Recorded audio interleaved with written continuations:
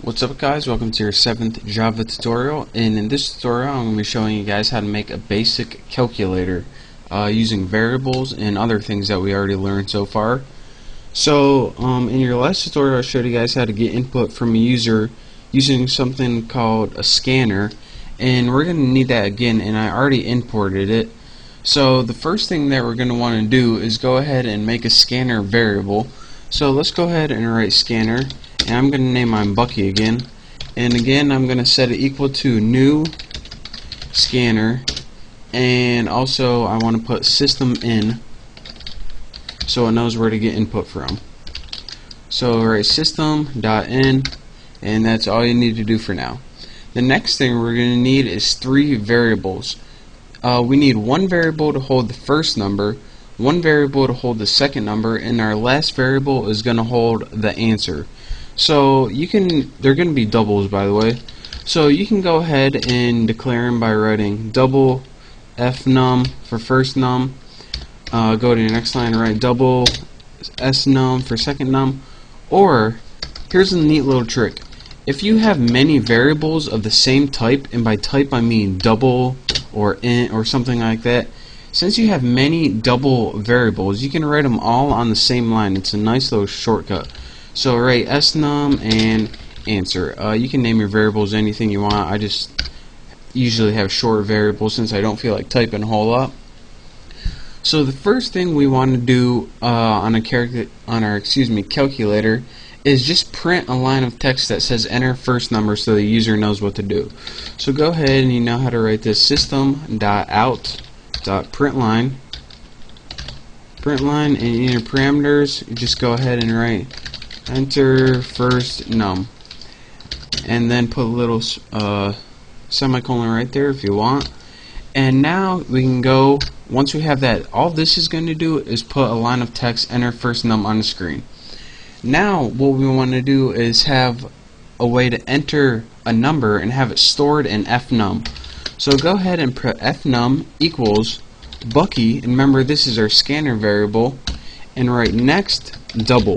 And that brings me to another point. Now in our last tutorial I showed you guys something called next line, and it was right here, and that was for strings. Each data type in Java, you need to give it its own method, since you need to tell what you're going to be inputting in there so it knows how to save it. For example, if this was strings you're going to input in there, like hello, you're going to put next line, but since we're inputting a number, you're going to want next double, because double is a type of number. So now once we enter this number, and it can have decimal points, it's going to be stored in the variable fnum, and we're going to need that later. So now we have to do this exact same thing for the second number. So let's go ahead and copy this line since I'm too lazy to type it. Where's the copy? There you are at Haas. And next we want to print enter second number. And now we just need to do the same thing. Go ahead and copy this.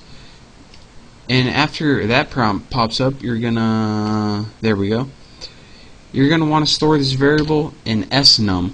So the first number you're going to type is going to be stored in the variable fnum, and the second number you type is going to be stored in the variable snum. This stands for first number and second number.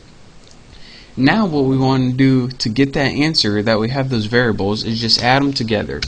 So go ahead and write answer equals, and you're going to want to write fnum plus snum, and now we have whatever number that fnum and snum is going to be stored in answer. Now it's stored in there, but we need a way to output it to the screen to see what it was. So let's go ahead and write system.out.println, and in your parameters just write answer. And what this is going to do is output answer, whatever it was, to the screen. So go ahead and run this program, and hopefully I didn't get any errors. And here's our program right here. Enter first number. Let's do 34.6. Move my cursor out of the way. Press enter. Enter second number. 54.2. Press enter. It's going to give us our answer, 88.80001. And this is actually something that I want to talk to you guys about, and I will be talking to you guys about it in the next tutorial. Well, probably not in the next one, but this brings me to a good point, which we don't have time to talk about in this tutorial, but I will get to shortly. So basically what I did, enter first number, entered it, enter second number, enter it, and then it gave us an answer, pretty much. And again, to walk you through this one last time, what I did is import the scanner so I could use the Java scanner. And then I wrote everything in my main function because that's where the computer looks first. The first thing I did was write a variable for the scanner just so we could use it. Next, I made 3 variables that were double, which means numbers. First number, second number, answer. The first thing I did was have a little prompt that said enter first number, just so I knew what was going on for the user.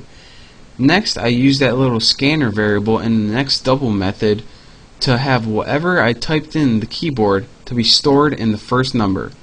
Then I just had something that says enter second number, and then I had it have the user input something else, and whatever they inputted that time is stored in snum. And then I just outputted whatever those two were added together, the sum of that, and I just printed it out on the screen. So that's a very basic calculator, and it had one flaw in it, and that was giving us many decimal points, and I'll show you why that is in the I don't know what tutorial, but it's going to be coming up pretty soon whenever I deal with numbers. But again, that's a basic calculator. That's how you build it, using a new method called next double that we learned, and also how to combine everything we learned so far and build a functioning program. So again, practice this, get good with it, make sure you understand everything we did up to this point, and once you do, you're ready to move on to my next tutorial. So thank you guys for watching. Hopefully I see you next time, and don't forget to subscribe to my channel. So thank you, and I'll see you then.